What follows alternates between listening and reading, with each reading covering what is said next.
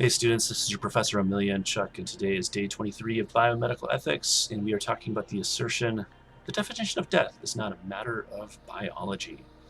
Now that's kind of a surprising assertion, and we wonder why someone might think that, and we're going to get into the reasons why today. So let's start off with the case here. This 22-year-old guy, right, has been in a care facility for 5 years after severe brain injury. He's not on any life support machines or anything like that. You know, his kidneys are working fine. He can breathe without any assistance. All right, but he does need a feeding tube. Okay, he needs a feeding tube. And when his family comes to take care of him, you know, he can be aroused, and by that I mean he can be awakened. He's got a sleep-wake cycle. All right, you know, sit up in bed and do these kind of things, recoil from painful stimuli, right? But he shows no awareness whatsoever of his surroundings. Okay, he's just not, you know, he's just not able to respond to people or things around him. Now, you know, maybe he'll, you know, you could shine a light and his eyes will track a little bit. That's about it, right? It's kind of these reflexive, uh, you know, bodily functions, but like an intentional agency that really is indicative of somebody being aware of their surroundings, it's just not there.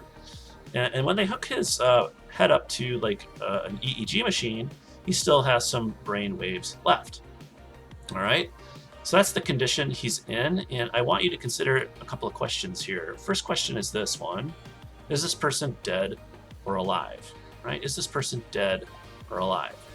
Right. Second question I want you to consider is this one: is is this: would you be willing to donate this person's organs if he had signed a donor card? Right. So, you know, if you said he was dead, you might be willing to do that. But for those of you who think he's alive, well, I don't know. What do you think? All right. The reason I bring this up is this was a survey question that was done in 2004, and 34% of the people who responded to it said that this PVS description, what that means is persistent vegetative state description. So this is somebody who's in a vegetative state, right? If you can remember the name of the person, Terry Schiavo, this is what she was in, right? There's lots of people that have fallen into this state, and they show no awareness of their surroundings or people, but they can wake up, right? That's like one of the weird things about it. They can be aroused, but not aware.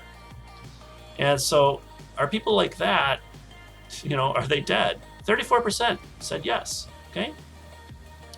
And then another 33% said they would volunteer the organs even if they thought the person was alive. Okay. So that's an interesting finding, and that gets us into our topics today about how we define death and when can we instrumentalize the body. These are two different topics that converge. All right, they converge. Sometimes they do, but sometimes they don't. Okay. All right. I have to say, this is a really big topic for me. Okay, this is like an active area of research. I wrote about this extensively in my dissertation, and in some articles that I have.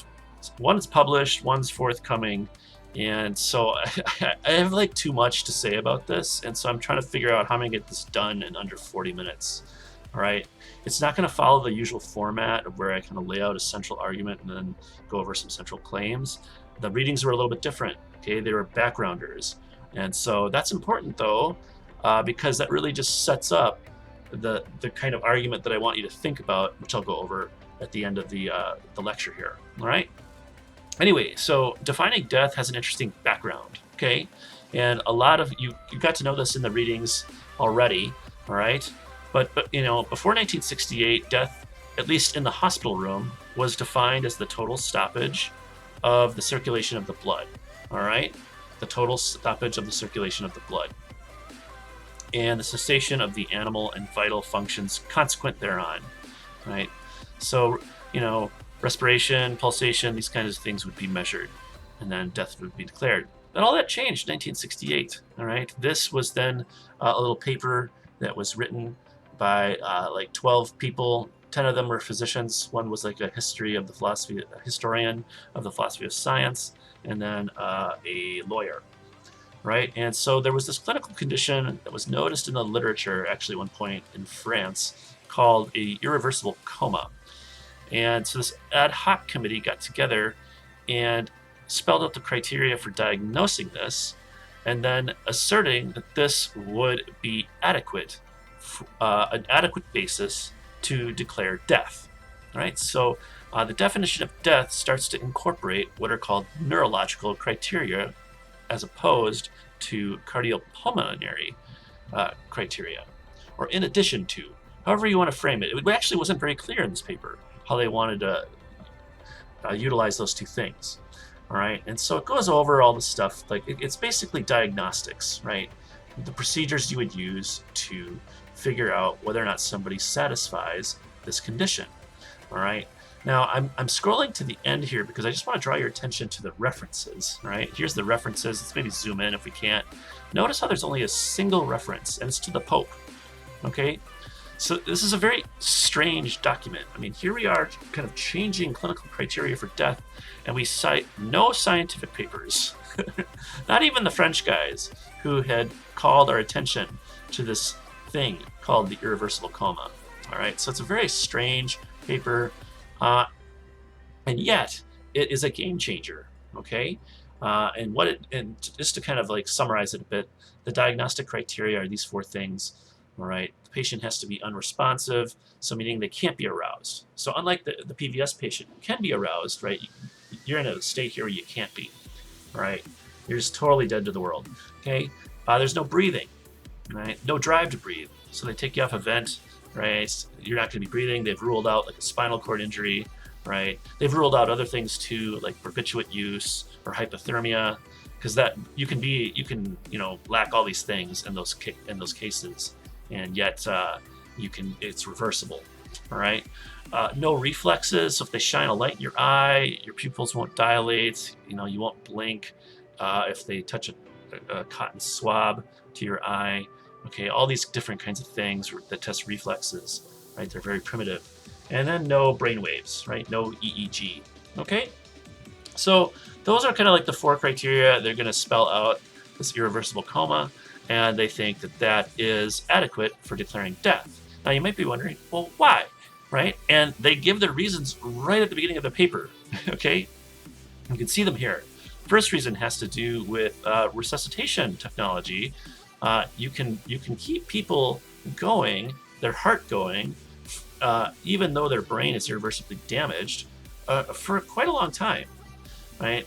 And so this increases a burden on patients who are waiting for an ICU bed, okay, and doctors, because they can't do anything for these people. All right, and you have to remember, you think, well, why can't they just withdraw life support? I mean, well, you have to remember, this is 1968, right? And you could not do that, right? The technology, the resuscitation technology, was somewhat new, all right, and it was seen as it helped preserve life, and isn't that part of the doctor's duty? The only way you could withdraw this without kind of participating in some kind of suspicious act of homicide here was to declare death, right?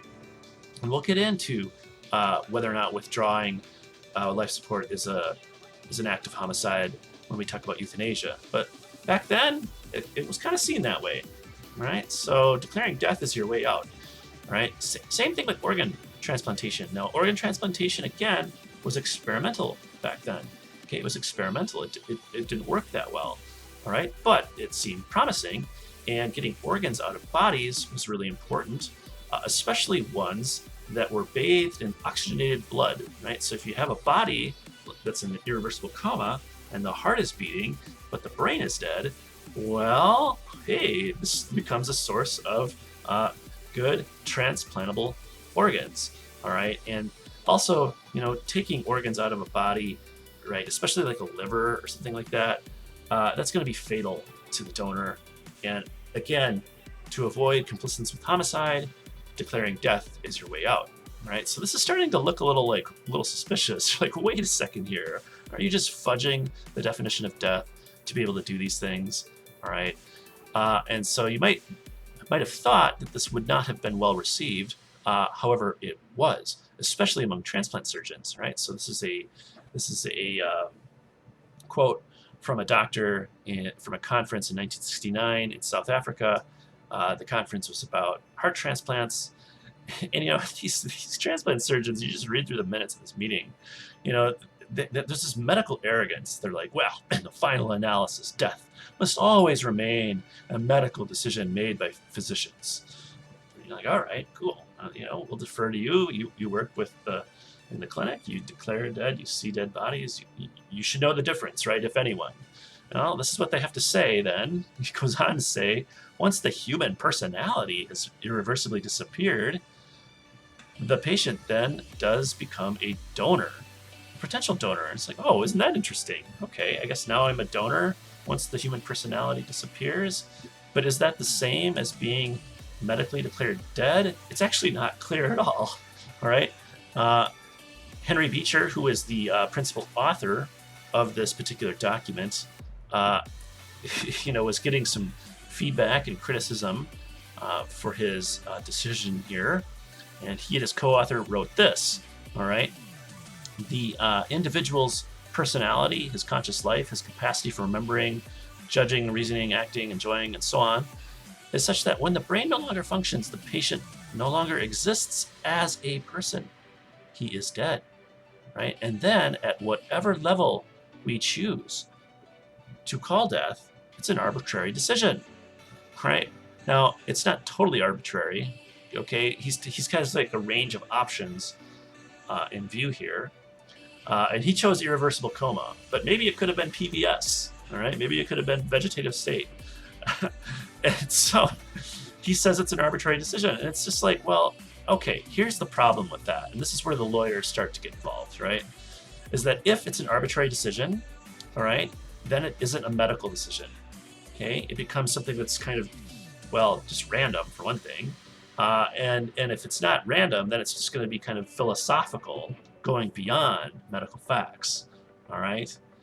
So lawyers and doctors, who were not okay with this kind of fudging, all right, really wanted to make and reinforce the idea that death is a medical event.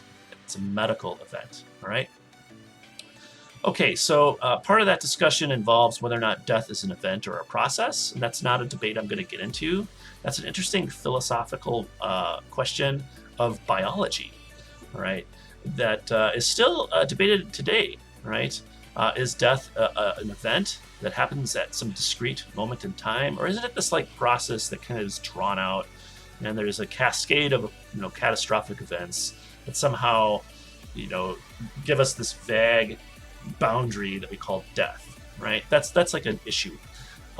Another thing that came up around in the 1970s and 1972 were definitions of death that involved the Harvard criteria, and guidance from lawyers was issued to not confuse four different things. All right, so these things should all be kept separate when we're defining death. We have our death concept, which is abstract. It's at the highest level of abstraction. It's philosophical, so we might say things like the soul leaving the body, or the collapse of the organism as a whole, or I don't know, maybe this disappearance of the person. Okay, these are death concepts. Then we have like the measurable physiological criteria that we can empirically detect. Okay, so if you have a death concept like soul leaving the body, what's the physiological criteria for that? Well, nobody knows. So that concept, while it might be religiously useful, isn't one that's going to be very useful in the hospital room. All right. So maybe like the collapse of the organism as a whole. All right. So you might think that's circulation then. All right. Or maybe brain death. These kinds of things. Right. Then you have like operational criteria. Okay. This is like what has to be observed and what must be ruled out. So like I said before, you have to rule out things like hypothermia to be able to diagnose irreversible coma. All right. And then you have tests for irreversibility. So you have like time constraints and all these kinds of things. All right. So you might think, all right, somebody's heart stops. Well, you might be able to revive it, okay, with like, some... I'm forgetting what those things are called. Defibrillator. All right, that comes to my mind. Right, you might be able to get it going again. Okay, But if it stopped for like maybe 15 minutes, well, now now resuscitation efforts at that point are pretty dumb. Okay. All right. So the statutory stuff gets worked out, and the law finally in 1981, 13 years after Harvard, we get this law, and this is the Uniform Declaration of Death Act. Okay, and it says that an individual who sustained either irreversible cessation of circulatory or respiratory functions or irreversible cessation of functions of the entire brain, including the brainstem, is dead. All right. So you might be thinking, wait, aren't there two definitions here? Actually, no. What you have are two different criteria that you could use to determine a single phenomenon, that is death. Okay? So these are like two empirical physiological criteria that you could use to determine death. And the death concept that the lawyers used here was this: death is the collapse of the integrated functioning of the organism as a whole. And it's all spelled out here in one of President Reagan's President Commissions on Bioethics. You can read this, right? It's 177 pages long. I've read it. It's fascinating. I doubt you will read it though, but it is pretty interesting. All right. Okay. So I'm just going to kind of raise this question just for your own thought. Do you agree with this? Is this the right death concept, right? Or does death only involve the loss of personhood, right? Which is going to be related to our conscious experience, right? So our young man at the beginning that we were thinking about, if you thought that he was dead, well, then you might think this is just too strong of a death concept, right? It's just too strong. All you need is this, okay? All right, let's move on. This brings us to Jahi McMath. So you read this really wonderful piece in the New Yorker, all right? And I don't need to rehearse the whole story for you. You just go read that. It's really one of the best pieces that has of investigative reporting, especially on this topic, that I've ever read. All right, so that's why I assigned it. I think it's very interesting. There's all kinds of stories about just the lack of care that this poor teenager got. It was just very bad. There's there's a case to be made about institutional racism here that I think is very interesting. All right, but what I'm interested in is just how the diagnosis and look, any diagnosis can go wrong, right? Diagnoses are not infallible, but when you misdiagnose death, there's something particularly bad about that. All right, so as you know, right, 2013, she's diagnosed as brain dead, verified by multiple experts, right? There's a religious objection. Okay, hey, her heart's still beating. Mom does not agree that she's dead. She moves her to New Jersey, where this kind of a religious exemption is in place.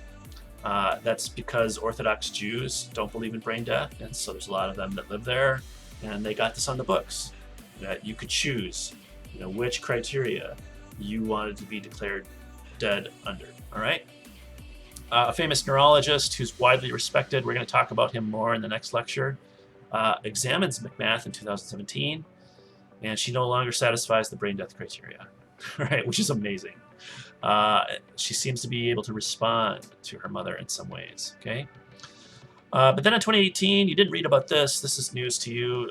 She did have life support withdrawn after she was suffering from incurable internal bleeding from kidney and liver failure, right? So there's a debate. When did she die? Did she die in 2013 under the brain death criteria in California, or under the just traditional cardiopulmonary criteria in 2018 in New Jersey, right? And that's actually that question is part of a malpractice lawsuit, and part of that lawsuit is trying to get the 2013 death declaration expunged. All right, now one thing I want you to kind of think about is just this. Recall that the family said they wanted to get her out of that hospital, right? A relative said if the hospital had been more compassionate, would we have fought so much, right? So there's all kinds of issues here, right, that have to go into like, well, All right, maybe we'll just accept this bad outcome, and we'll just move on with our lives. That has to do with the kind of care. But then, since they didn't get the kind of care they wanted, well, you might have thought, okay, we're going to push for this other, more conservative definition of death, right? And we're going to fight you, okay?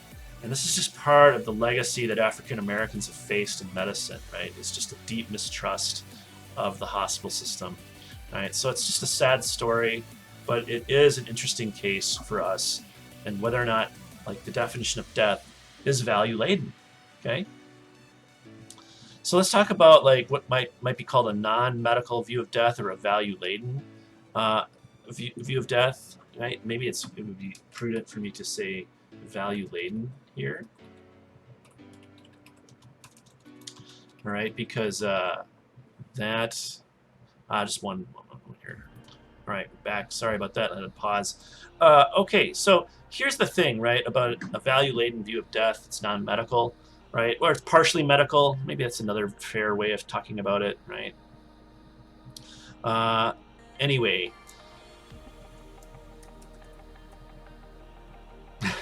Sorry, I keep qualifying my headings here.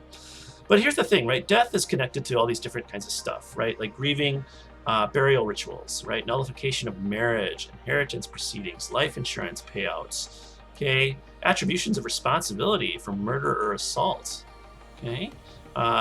If you don't cause death, right, you can't be held responsible for it, right? That's sort of one of these things, right? That's very, very contentious, especially right back in the 1960s, where somebody would come into the hospital, have irreversible coma because they got into a fight with somebody. The assailant hit them over the head, and then the doctors would draw life support, and the patient would die. And the lawyers would go after the assailant to say, well, you murdered him. And then the defense attorneys would say, we just caused coma, right? It was the doctors who killed the patient by withdrawing life support. So it's just like, oh, goodness, right? And then, of course, organ donation, right? So we get into Robert Veitch here. And, I don't have a little introduction of Robert Veitch, but, we can look him up here on Google. He is an important medical ethicist who came of age during the bioethics movement. All right, so he is retired now, and he was part of Georgetown and the Kennedy Institute of Ethics, and he's just written very widely on all sorts of stuff. Right, if you look up Robert Veitch, you're going to find just gobs and gobs of material that involve case studies and medical ethics and all sorts of things. And but his first big splash. And what I think he's best known for, at least in my view, is his criticism of the whole brain criteria of death. Right? So shortly after the Harvard ad hoc committee met and brain death statutes were being formulated, Veitch wrote in an important paper, and I think I'll link to it here. I'll find that later. I was going to have you read it, but it actually is not it's not his best paper. It gets a little long-winded. But it does state a very important thesis that he ended up defending for the rest of his career. And that is this: that death is the loss of which is considered to be essentially significant to the nature of man.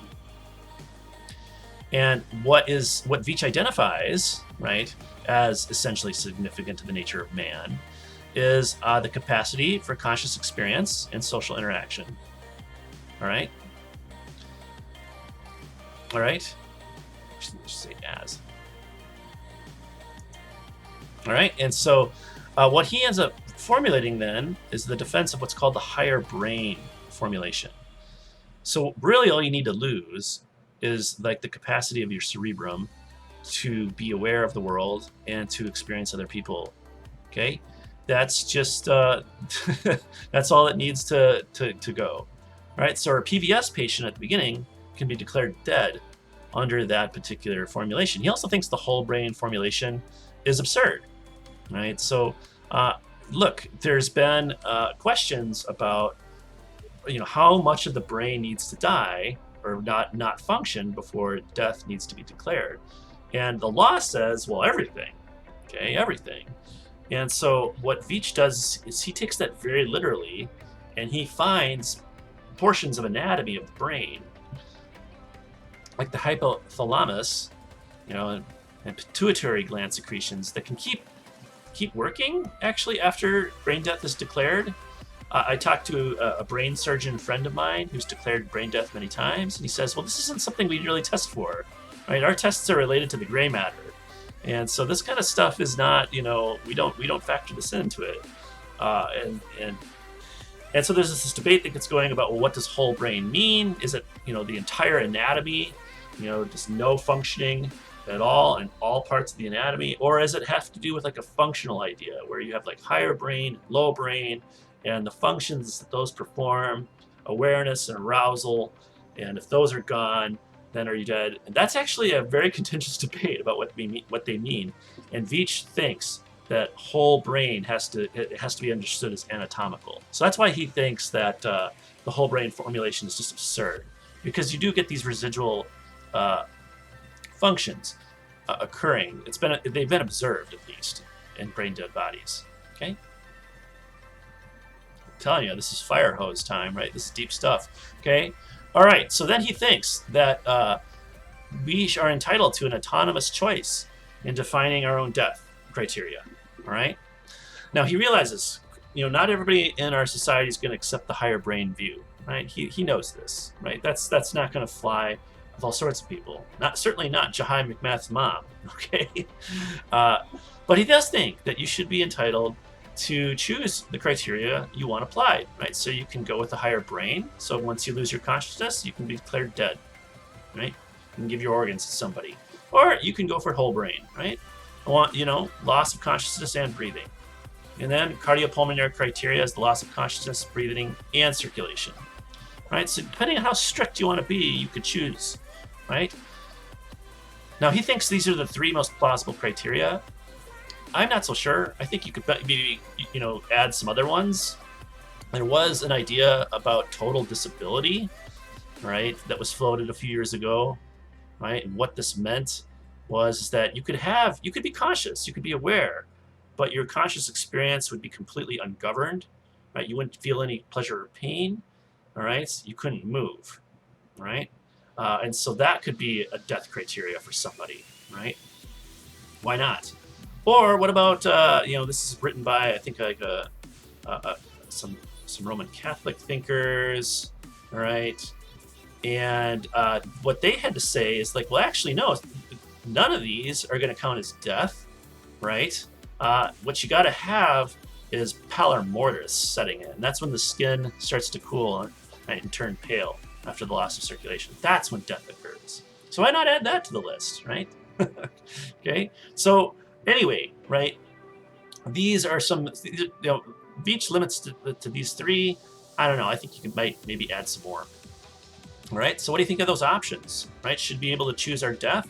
Why or why not, okay? All right, so I don't really have a central argument to give you about Veitch, right? He doesn't really make one in his paper. He recounts the history, and I wanted to read about the history in this paper, but I think he's famous for advocating what is called the beyond biology argument, right? And this is the argument that's going to be relevant to supporting our assertion today, right? Here's premise one. The definition of death can only be settled by philosophical issues that go beyond the biological sciences, right? And I think that we have to interpret this as like value-laden philosophical issues. I mean, it's kind of ambiguous, all right? It's kind of ambiguous, right? And he says, if this is so, then an autonomous choice among plausible definitions, if not morally permitted, is morally required, right? You could go further, right? We could say that, right? We can know that if it is required, it's certainly permitted. So we'll just go with that much, all right?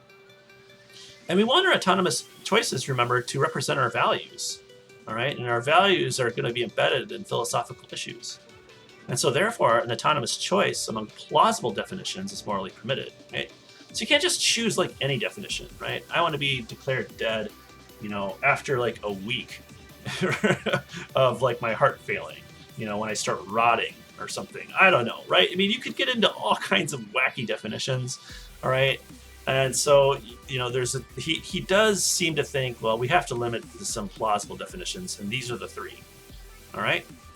So questions for discussion, right? How did you initially respond to the warm-up question, right? What'd you think of the young man? And did your answer imply anything about whether or not death only involves the loss of personhood? If so, why? If not, why? What do you think about the beyond biology argument? Right? You think it's sound? Are the premises true? Should we be able to choose our definition of death from Veitch's range of options, or maybe add some more?